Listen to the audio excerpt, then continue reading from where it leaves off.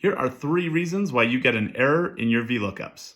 In the example, we have a list of employee IDs and we want to get employee name from a separate table on a different tab. To do a VLOOKUP, you first select your lookup value or the thing you want to find.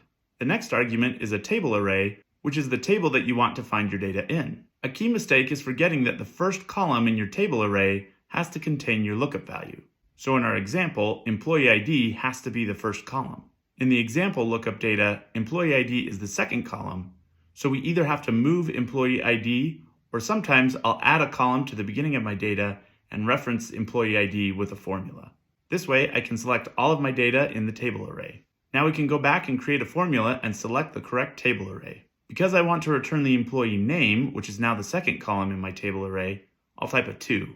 And this leads me to the second common mistake, the range lookup. This argument in the formula allows you to indicate if you want an exact match or an approximate match. For an approximate match, your table has to be stored in ascending order, and Excel will return the closest value to your lookup value. But for most cases, you probably want to find an exact match for your lookup value. To indicate an exact match, you need to type a false or a 0. Excel defaults to an approximate match for some reason, so if you leave this argument off your formula, you might not get what you want.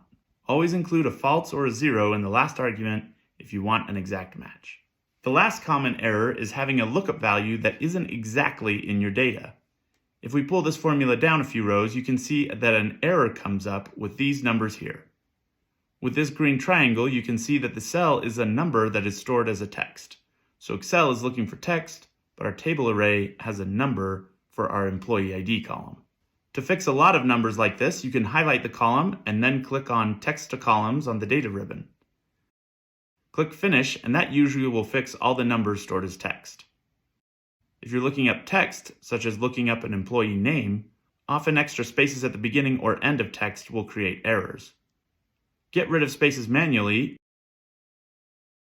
or use the trim function to help out.